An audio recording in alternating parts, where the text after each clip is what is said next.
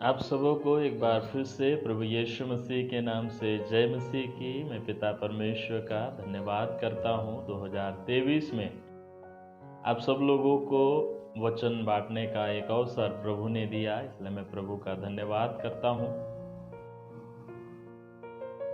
जैसा कि हमें मालूम है 2022 में प्रभु ने हमें संभाला, आशीषों को दिया और 2023 में हमें प्रवेश कराया।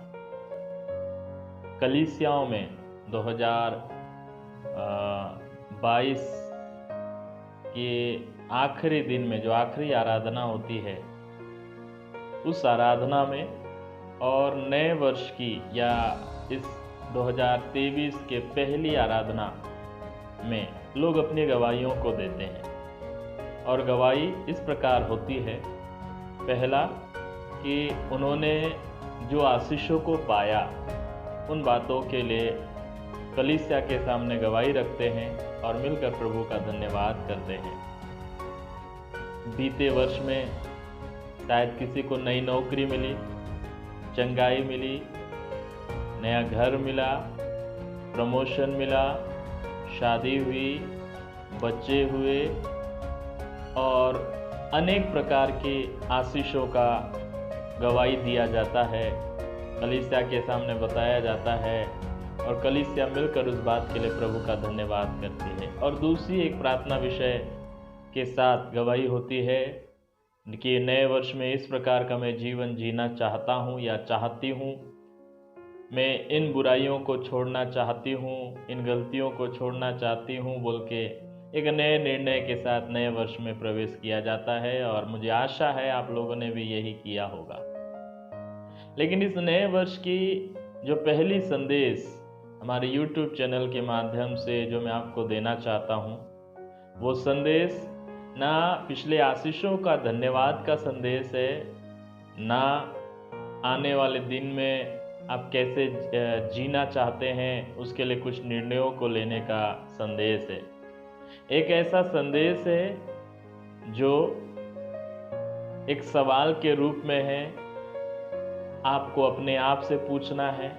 और ये सवाल परमेश्वर ने किसी व्यक्ति से पूछा, तो आप आज ये समझना है ये सवाल परमेश्वर ने मुझसे पूछा। तो आइए आज के संदेश को हम शुरू करते हैं। प्रभु हमारे जीवन में सहायता करें।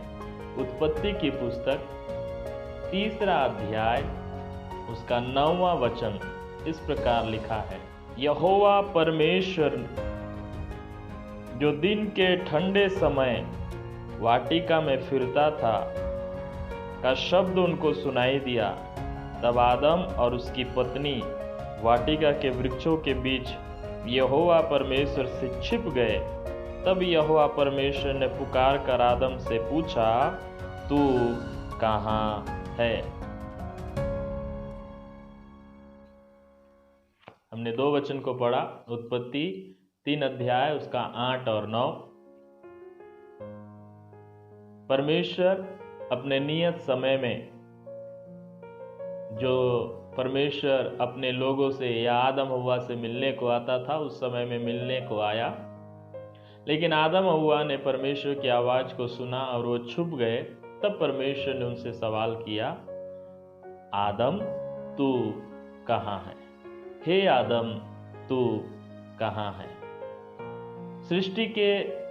जब हम सृष्टि के बातों को देखते हैं तो परमेश्वर ने जो सब कुछ बनाया, बनाने के बाद मनुष्य की सृष्टि करने के बाद पहला सवाल मनुष्य से परमेश्वर ने किया, हे आदम तू कहाँ है? इसमें जब परमेश्वर ने आदम से सवाल किया, तब ऐसा सवाल हमारे मन में उत्पन्न हो सकता है कि जो परमेश्वर मन की बातों को जानते हैं, जो परमेश्वर गुप्त बातों को जानते हैं, जो परमेश्वर हमारे विचार को जान लेते हैं, परमेश्वर के सामने कुछ भी छिपा नहीं है, जिस परमेश्वर के सामने कोई काम अंधियारा में होता नहीं है, उस परमेश्वर के सामने सब कुछ खुला है। ना मन की विचार ना गुप्त काम उससे छुपा है, तो वो परमेश्वर से आदम झाड़ी के पीछे कैसे छिप सकता है? या आदम झाड़ी के पीछे जाने के बाद क्यों परमेश्वर ये सवाल करता है कि आदम तू कहाँ है? क्या परमेश्वर उस समय तक आदम को देख नहीं पा रहा था? क्या परमेश्वर उस समय तक आदम को जो झाड़ी के पीछे था उसको ढूंढ नहीं पा रहा था? क्या इस प्रकार हमारा परमेश्वर हो सकता है? नहीं, ऐसा हो ही नहीं सकता कि परमेश्वर उसे नहीं देखा। इस सवाल की ओर थोड़ा गौर करें तो सवाल है, आदम तू कहाँ है? इसके दो प्रकार के मायने होते हैं, दो प्रकार के अर्थ निकलते हैं। पहला, यदि कोई व्यक्ति सचमुच में मुझसे छिप जाए तो मैं उससे पूछूंगा आप कहाँ हैं? या फिर बहुत दिनों से एक व्यक्ति से ना मिलूं तब मैं उनसे पूछूंगा आप अभी कहाँ हैं? मेरा दोस्त होगा, उसका नौकरी कहीं और लग गया तो मुझे पता नहीं, तो मैं उससे पूछूंगा एक्चुअल में वो कहाँ है, असलियत में वो कहाँ है, किस जगह में है, कौन से गांव, कौन से शहर, कौन से गली मोहल्ले में है, मैं उससे पूछूंगा।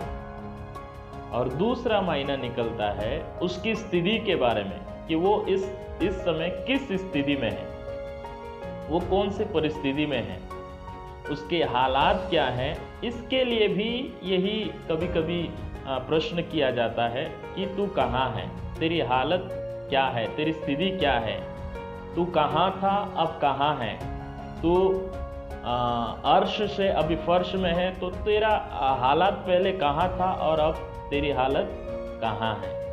दो मायने निकलते हैं, एक्चुअल में वो कहाँ है और दूसरा उसकी स्थिति को जानने के लिए भी कभी कभी इस प्रकार के सवाल किए जाते हैं। तो यहाँ पे परमेश्वर आदम से, झाड़ी के पीछे छिपा आदम से ये नहीं पूछ रहा है आदम तू मुझे नहीं दिख रहा है, तू कहाँ है? हर समय जब मैं तुझसे मिलने आता हूँ तो मिल जाता है, लेकिन आज तो मुझे नहीं दिख रहा है, तू झाड़ी के पीछे है, पशु के पीछे है, स्त्री के पीछे है, पेड़ के पीछे है, मुझे नहीं दिख रहा। ये नहीं पूछ रहा, बल्कि परमेश्वर उसकी स्थिति के बारे में पूछ रहा है। यदि हम बाइबल पढ़े तो एक बात समझ में आता है, जब परमेश्वर ने पहले दिन से लेके 5वें दिन तक उजियाला बनाने से लेके सूर्य चंद्रमा तारागण बनाने तक जो कुछ भी बनाया सब कुछ अच्छा था। उसके बाद 6वें दिन में परमेश्वर ने 2 जीव को बनाया। पहला भाग है जानवर को बनाया और दूसरा भाग है मनुष्य को बनाया। जब परमेश्वर मनुष्य को बना रहा था तब उस परमेश्वर ने मनुष्य को जानवर से बेहतर बनाया। जानवर से बेहतर बनाया। परमेश्वर ने जानवर को 2 भाग में, शरीर और प्राण के भाग में बनाया, जबकि मनुष्य को बनाते समय उसने उसके अंदर में आत्मा भी दिया। वही आत्मा जिसका संबंध परमेश्वर के साथ था, वही आत्मा जो मनुष्य को जानवर से बेहतर बनाता है, अच्छा बनाता है, बहुमूल्य बनाता है। अब परमेश्वर का सवाल यदि हम समझ रहे हैं तो इस प्रकार हम समझ सकते हैं कि आदम, मैंने सारी सृष्टि को बनाने के बाद तुझे बनाया क्योंकि तू बहुमूल्य है, लेकिन अब तूने उस मूल्य को खो दिया। अब तू कहाँ है? मैंने तुझे जानवर से, जो जानवर है उन जानवरों से भी बेहतर बनाया, तुझे आत्मा दिया, और अब तूने उस आत्मा, वो आत्मा जो परमेश्वर के साथ रिश्ता रखता था, उस रिश्ता को तूने पाप करने के कारण से तोड़ दिया। तेरी स्थिति क्या है? अब तू कहाँ है? परमेश्वर ने इंसान को अपने स्वरूप और अपने समानता में बनाया। अब परमेश्वर का सवाल यह है आदम से, आदम, मैंने तुझे अपने स्वरूप और अपने समानता में बनाया, लेकिन तूने पाप किया और उस समानता से निचले स्तर में आ गया। अब तू कहाँ है? परमेश्वर जानता है वो निचले स्तर में आ गया है, लेकिन ये आदम मानना है लेकिन आदम अभी तक माना नहीं। परमेश्वर उससे सवाल कर रहा है, तू कहाँ है? मैंने तुझे अपने स्वरूप और अपने समानता में बनाया, तू कहाँ है? परमेश्वर ने इंसान को बनाया, तब महिमा सहित बनाया। वचन कहता है रोमी 3:23, सबने पाप किया और परमेश्वर की महिमा से रहित हो गया। लेकिन जब परमेश्वर ने बनाया था तो महिमा सहित रखा था, उसके तेज से भरकर रखा था, महिमा में वस्त्र से उसको घेर के रखा था। लेकिन अब परमेश्वर उससे कहता है, आदम, महिमा सहित बनाया हुआ आदम, अब तू कहाँ है? परमेश्वर ने जब इंसान को बनाया तब कहा मनुष्य को अपने स्वरूप और अपने समानता में बनाए, और सब जीव जंतु, जल जंतु, आकाश के पक्षी और सारे पृथ्वी पर अधिकार रखे। तो परमेश्वर ने आदम को बनाया एक अधिकारी के रूप में, अधिकार रखने वाले के रूप में बनाया। लेकिन अब उसने पाप किया, वो अधिकार अब नहीं है सारे पृथ्वी पर, वो अधिकार अब रख नहीं सकता। क्योंकि अधिकार तभी रख सकता था जब वो परमेश्वर के स्वरूप और परमेश्वर के समानता में महिमा सहित जानवर से बेहतर परमेश्वर के आत्मा, परमेश्वर के साथ अपना संबंध रखते हुए अगर इस संसार में रहता, तब वो अधिकार काम में ला सकता था और वो अधिकार रख सकता था। लेकिन जब उसने पाप किया, वो अधिकार उसने खो दिया।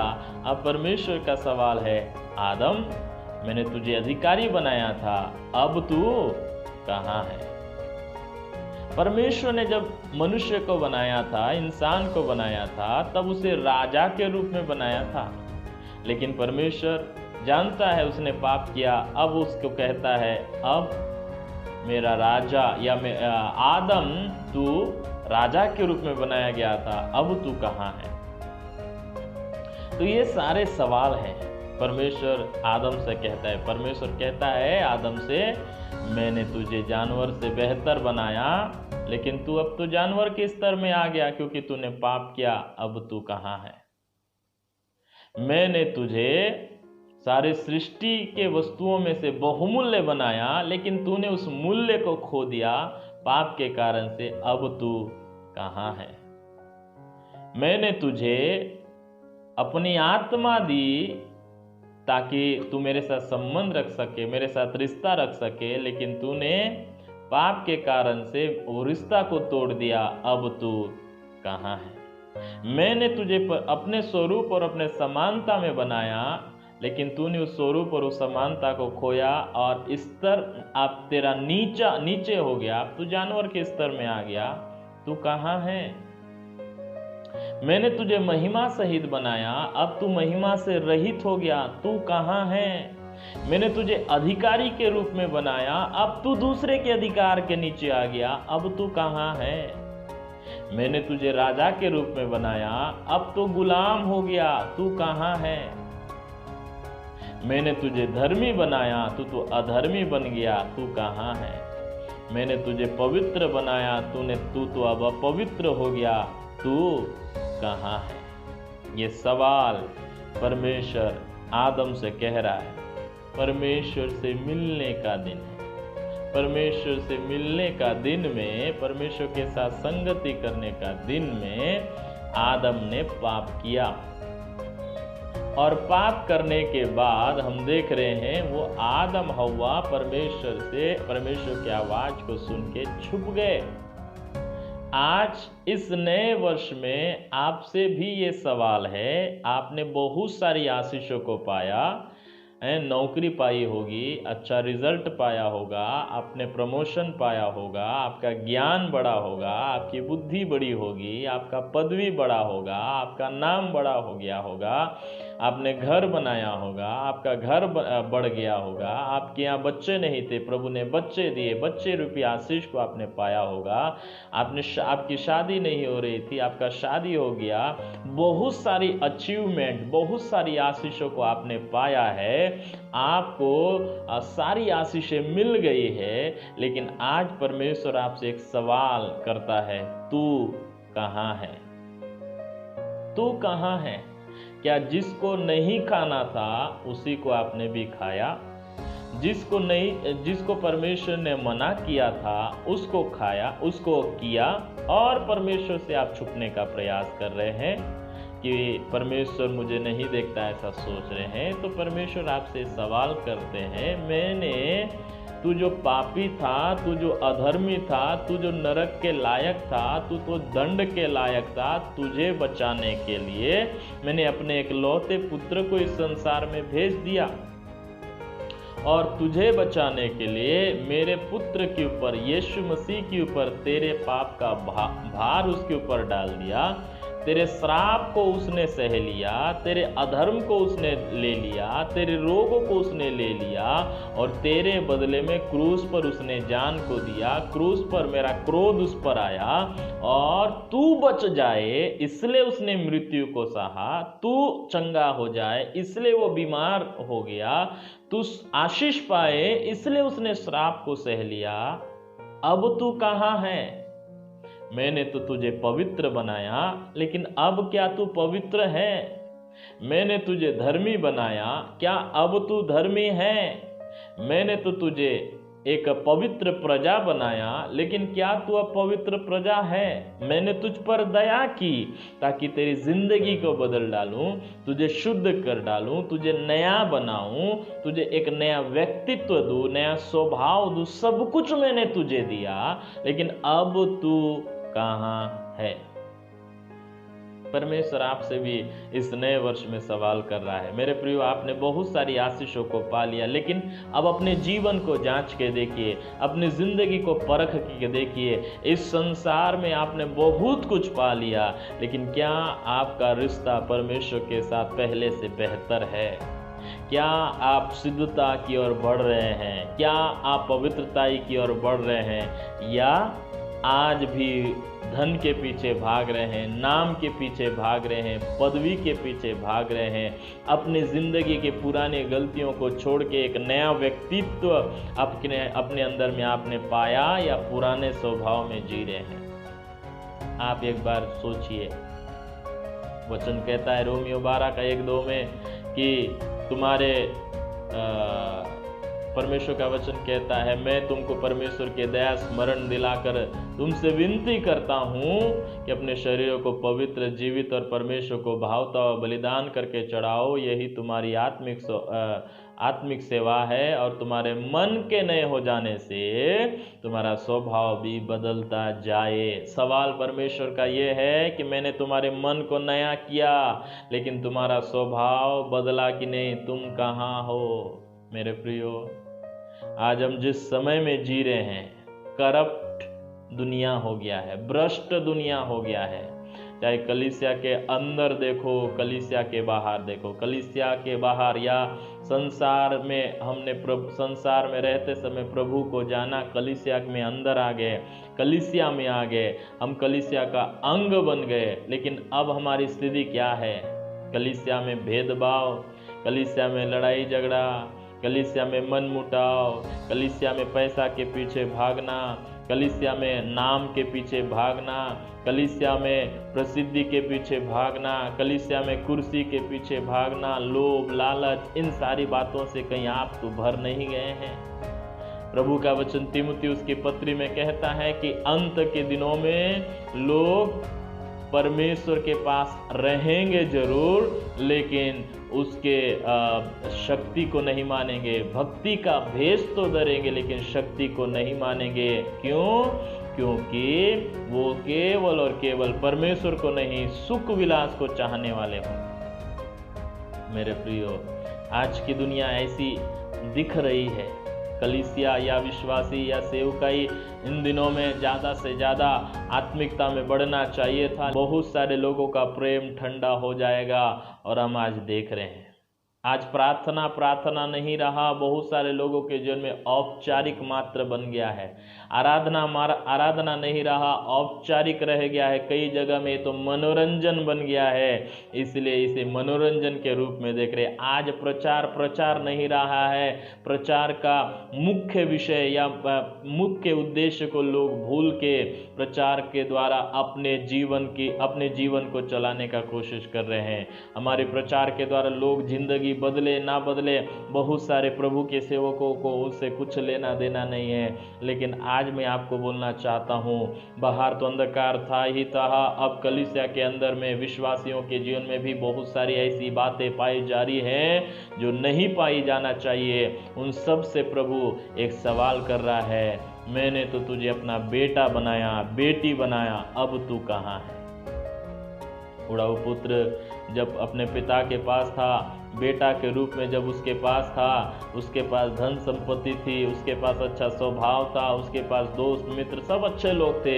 लेकिन जब उड़ाऊ पुत्र अपनी संपत्ति को लेकर दूर देश में चला गया, उसने अपनी जिंदगी को भी खराब किया और धन दौलत को भी उसने वेस्ट किया। आज बहुत सारे ऐसे लोग हम देख सकते हैं जिन्हें परमेश्वर ने अपनी संतान बनाया, अपनी प्रजा बनाया, अपनी आशीषों को दिया, वो आशीषों को लेके वो दूर देश में चले गए, परमेश्वर से दूर हो गए और वो अपनी जिंदगी को व्यभिचार में, अपनी जिंदगी को चोरी में, लोभ में, लालच में, गुनाह में डाल दिए। आज उनका जिंदगी खराब हो रहा है। ये मैं किसी और की बात नहीं बल्कि प्रभु के लोगों की बात कर रहा हूं। उन सब से एक सवाल है, आप कहाँ हैं? देखिए, जब तक आप जानवर से बेहतर यानी कि मनुष्य जो परमेश्वर के साथ संबंध रखता है वैसे ही संबंध परमेश्वर के साथ रखेंगे और परमेश्वर के वचन के अनुसार परमेश्वर के स्वरूप और समानता में बने रहेंगे और परमेश्वर के सुंदर सृष्टि के रूप में संसार में बने रहेंगे, तब आप राज्य कर पाएंगे। और जिस प्रकार अदन की वाटिका में रहने का अधिकार, वहाँ की आशीषों को पाने का अधिकार आदम के पास था जब तक वो पाप नहीं किया, उसी प्रकार आप प्रभु की उपस्थिति में बने रहेंगे। लेकिन यदि आप पाप में जीवन जिएंगे तो परमेश्वर आपको बाहर कर सकता है। इसलिए मेरे प्रियो, अनुग्रह का समय है, दया का समय है, उस दया के समय को नज़रअंदाज ना करें। आप अपने आप से पूछिए, आप कहाँ हैं? क्या आपके अंदर में मसीहत है? क्या आप सच में मसीह हैं? क्या सच्चे विश्वासी आप हैं? क्या सच में आप प्रभु के पीछे चल रहे हैं? ऐसी ऐरे घेरे बन के चलने से प्रभु देखने वाला नहीं है। प्रभु के पीछे चलना है तो विश्वास योग्यता के साथ चलो। पास्टर बनने से, विश्वासी बनने से कुछ नहीं होगा। आपको विश्वास योग्यता, पवित्रताई को बनाए रखना है, पवित्रताई में बने रहना है। आप तब कह सकते हैं, प्रभु मैं यहाँ हूँ, तेरी उपस्थिति में हूँ, मैं प्रभु में हूँ, मैं संसार में हूँ लेकिन संसार की बातें मुझ में नहीं है। संसार में हूँ लेकिन संसार का अभिलाषाएं मुझ में नहीं है। मेरे अंदर में प्रभु है, प्रभु की इच्छा, प्रभु का गुण मेरे अंदर में है। आपसे ये सवाल है, नए वर्ष में पहला सवाल परमेश्वर आपसे कहता है, मैंने तो तुझे जिस रूप में बनाया था, तू अब कहाँ है? परमेश्वर से छुपने का प्रयास ना करें, परमेश्वर से छुप नहीं सकते। यदि गलती भी हो गया तो आदम के समान एक दूसरे पर दोष ना मढ़े, प्रभु के सामने अपनी माफ़ी को मांगे, प्रभु के सामने अपनी गलती का पश्चाताप करे। प्रभु आपको शुद्ध करेगा, आपको क्षमा करेगा और आपको एक नया जीवन जीने के लिए अवसर देगा। लेकिन आप माफ़ी तो मांगिए। नीति वचन 28 अध्याय में कहता है, जो अपने अपराध छिपा रखता है उसके काम सफल नहीं होते, लेकिन जो अपने उनको मान लेता है और छोड़ देता है उन पर दया की जाएगी। सब पर नहीं, केवल उन्हीं पर जो अपने पाप को मानता और छोड़ देता है। इसलिए मेरे प्रियो, प्रभु आपसे सवाल कर रहा है, यदि आप पाप करके परमेश्वर से दूर हो गए हैं तो सवाल का जवाब दीजिए, प्रभु मैं अधर्म में हूँ, मुझे माफ़ कर और मुझे निकाल। यदि आप परमेश्वर से दूर हो गए हैं तो परमेश्वर से बोलिए, प्रभु मैं आपसे दूरी में हूँ, मुझे माफ़ कर, मुझे अपने पास ले ले। यदि आप किसी भी प्रकार के नशा में हैं तो प्रभु से बोलिए, प्रभु मैं नशा में हूँ, प्रभु मुझे माफ कर, मुझे नशा से छुटकारा दे। यदि आप अधर्म में हैं तो प्रभु से बोलिए, प्रभु मैं अधर्म में हूँ, मुझे अधर्म से छुटकारा दे, मुझे धर्मी बना। यदि आप संसारिकता में हैं तो प्रभु से बोलिए, प्रभु मैं संसारिकता में हूँ, मुझे माफ कर, मुझे आत्मिकता में लेके आ। हमारा परमेश्वर भला है, आपके जीवन को बदल देगा। हमारा परमेश्वर महान है, वो अपनी महानता को आपके जीवन में प्रकट करेगा। इसलिए अपने आप को जांचिए। आदम से एक सवाल है, वो तो छुप गया और अदन की वाटिका से बाहर बाद में निकलना पड़ा। आप मत छुपिए, गलती किए हैं, पाप किए हैं, परमेश्वर के सामने मानिए, पश्चाताप कीजिए, प्रभु आपको माफ करे, क्षमा करे, आपको शुद्ध करे, आपको नया जीवन जीने के लिए सहायता करे। इस सवाल को अपने आप में लीजिए, मैं कहाँ हूँ। यदि आप प्रभु में हैं तो प्रभु में बना रहें, प्रभु से दूर हैं तो प्रभु के पास आ जाए। इस वचन के द्वारा आप सभी को प्रभु आशीष देवे। सबको जय मसीह।